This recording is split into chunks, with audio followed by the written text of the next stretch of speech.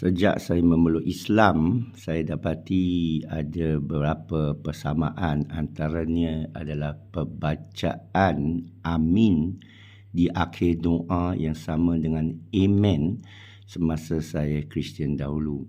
Cuma kebelakangan ini, apabila seorang yang lebih mengetahui bahasa Arab beritahu saya yang mengkaji Quran bahawa tidak ada satu pun doa Nabi dalam Al-Quran yang diakhiri dengan amin.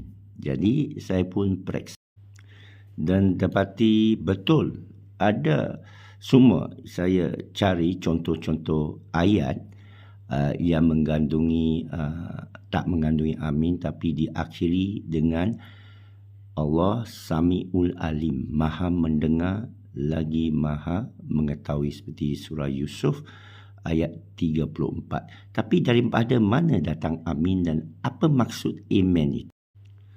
Jadi amen ini dia datang daripada perkataan Ibrani, ya. Dia ada dalam tiga agama samawi, Yahudi, Nasrani dan Islam, ya. Maksudnya ialah amin itu benar, amin dan jadilah, ya. Dalam Bible Deuteronomy yang ke-27, buku ke-27, ayat 15 ke-26, dan dalam Nehemia, iaitu buku ke-8 atau surah ke-8 dan ayat 6. Jadi ia menjadi ikutan dan dia ada sejarah dia yang zaman Firaun dulu, Mesir dulu. Dia namakan Amun, iaitu yang tersembunyi, dan selalu disebut pada akhir nyanyian atau doa. Juga dalam masyarakat Phoenician dan Akkadian, iaitu Mesopotamia, menjadi punca banyak kepercayaan khurafat dan karut yang memasuki semua tiga agama samawi ini. Jadi kita kembali kepada Al-Quran. Bermula dengan surah Al-Baqarah ayat 127. Dan apabila Ibrahim dan Ismail membangunkan Kaabah, rumah Allah, mereka menyatakan, Tuhan kami, terimalah daripada kami, sesungguhnya Engkau Sami'ul Alim, ya, Maha mendengar lagi Maha mengetahui. Surah Al-Imran ayat 35.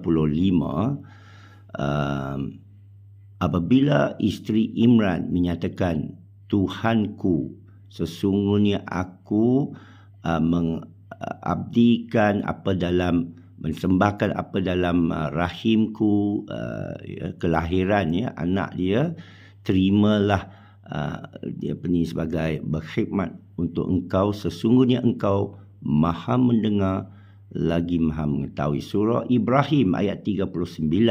Segala puji bagi Allah yang telah memberikan aku dalam keadaan tua Ismail dan Ishak. Sesungguhnya Tuhanku Maha mendengar segala doa. Surah Muntahana ayat 5. Tuhan kami, jadikanlah kami bukan bahan ujian orang kafir, dan ampunlah kami Tuhan kami, sesungguhnya Engkau Maha Perkasa, Maha Hakim, hikmah. Surah Yusuf ayat 34. Dan Tuhannya dan Rabbnya menjawabnya dan menghindarkan rancangan mereka terhadapnya, sesungguhnya Huwa Sami'ul Alim, dia Maha mendengar dan Maha mengetahui. Surah Ma'idah ayat 114. Katakan, wahai Isa, katakan oleh anak Isa anak Maryam, Tuhan kami, hantarlah kami Al-Ma'idah, iaitu makanan, meja makanan daripada syurga jannah, daripada langit, untuk kami satu majlis yang pertama dan terakhir, dan satu tanda daripada Engkau. Berikan kepada kami, Engkaulah sebaik-baik pemberi rezeki. Al-Ankabut ayat 30. Nabi Lut menyatakan, Tuhanku, sokonglah aku terhadap kaum yang dusta dan korup ini. Dan Allah jawab dalam ayat 31, apabila para rasul kami datang, malaikat kami datang kepada Ibrahim dengan berita baik, dia kata sesungguhnya kami akan memusnahkan itu umat bandar itu dan daripada pembuat dusta. Al-Qasas ayat 24.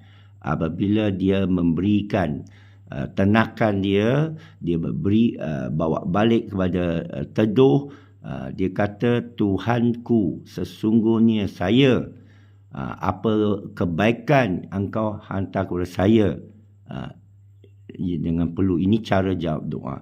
Al-A'raf 89. Tuhan kami, tentukanlah, hukumlah antara kami dengan kebenaran. Innaka, sesungguhnya engkau yang paling baik membuat keputusan. Ya.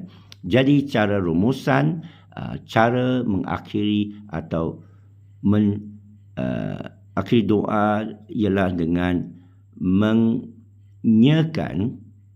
bukan sebut amin saja, tapi menyiarkan sifat Allah.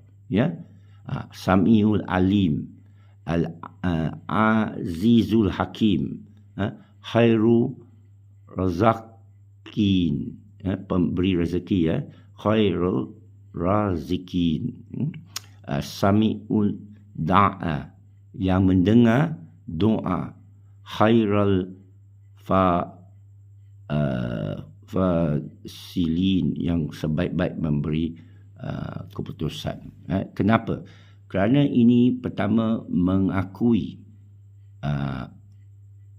sifat Allah yang sempurna. Kedua, menunjukkan kita ini mengharap, kita ini bukan mencampi Allah, kita ini bukan menyatakan sesuatu insya-Allah atau biiznillah atau bimasya yang Allah tentu akan makbulkan. Tidak, ia terpulang pada Allah. Kita hamba-Nya. Ini menunjukkan kerendahan kita. Ketiga, ia menanamkan iman. Ya, menguatkan iman kita hanya kepada Allah SWT. Jadi bagi saya secara peribadi, saya amat terima kasih. Alhamdulillah. Bersyukur kepada Allah kerana saya berusaha mencari kebenaran yang Allah memberikan kepada saya. Walaupun saya dapati masyarakat sekeliling, saya kata banyak salah tanggapan, terutama menganggap bahawa Islam ini adalah status kelahiran, tapi sebenarnya tidak. Ya. Jadi sesiapa yang nak follow boleh. Saya cuma mencari ilmu dan saya berkongsi. Saya bukan bertauliah dan saya bukanlah nak memaksa orang lain ikut. Saya suka mengajak orang untuk berfikir, semoga kita dapat manfaat di dunia dan akhirat, kerana janji Allah, dan Allah tidak mungkin janji bagi sesiapa mencarinya akan diberikan kejayaan. Assalamualaikum.